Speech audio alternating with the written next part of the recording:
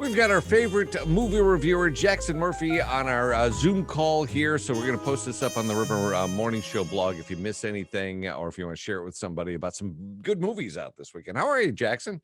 I'm doing well, Randy. Jackson Murphy gives us some great reviews. I've been really looking forward to this first one, In the Heights. Yes, if you're a Lin-Manuel Miranda fan, you're going to love In the Heights. It's a fun movie. It's the latest film adaptation of his hit Broadway musical. Obviously, last year we had the Hamilton movie, which was the film version of the Broadway show. This is the narrative movie with a whole cast of characters. Anthony Ramos is fantastic as the lead in this. Also, Corey Hawkins, Melissa Barrera. It's a very likable cast, all about young and older people, generations of families in Washington Heights, New York, who share their love of life and each other through songs. A lot of songs. There are too many songs in this movie.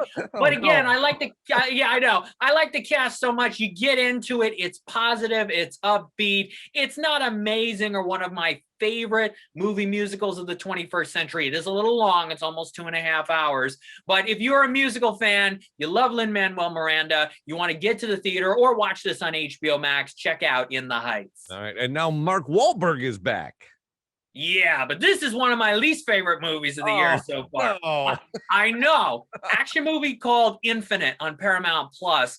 This is all about reincarnation, and this character gets involved in that. It tries to be this action espionage movie in the vein of Mission Impossible, Fast and Furious, The Old Guard, The Matrix. It basically tries to be all of those, but isn't nearly as successful as any of those, just picking from those franchises. And it's just completely illogical and ridiculous when it comes to the story, when it comes to the performances that are not strong, the characters that come into play, and the action sequences, especially in the third act, where you got Mark Wahlberg facing off against Chiwetel Ejiofor in a sequence that is so ridiculous and so insane that I can see why Paramount decided to put this on Paramount Plus instead of in theaters. Because if this was in theaters, people would be yelling at the screen, throwing their popcorn at the screen, going, how in the world does this make sense? It does not.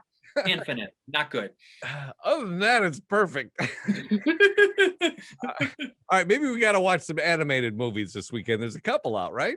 There's a couple for the family. One's the completely animated Wish Dragon, which is on Netflix. Nice movie. It's kind of a new take on the Genie Aladdin story. I talked with director Chris Applehans. John Cho voices Long the Dragon. He's very good. And there's a relationship between a younger man and a woman in this that is very strong, very emotional. It'll get you in a few places. Also, Peter Rabbit 2, The Runaway, is in theaters. The highly anticipated sequel to 2018's Peter Rabbit. I think highly anticipated for families mostly.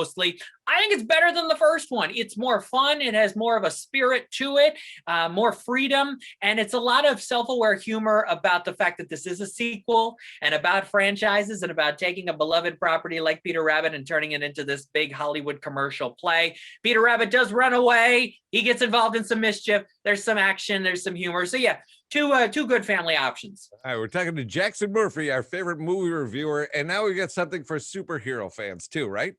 Right, but in my opinion, a super letdown. It is, I know, it's Loki on Disney Plus. Now, the first episode premiered on Wednesday. I've also already seen the second episode, which premieres this Wednesday on Disney Plus. It's Loki's own story. They found a little hole in the Marvel Cinematic Universe timeline to give Loki a season's worth of episodes. I've never been a huge fan of the Tom Hiddleston Loki character, and him and Owen Wilson in this.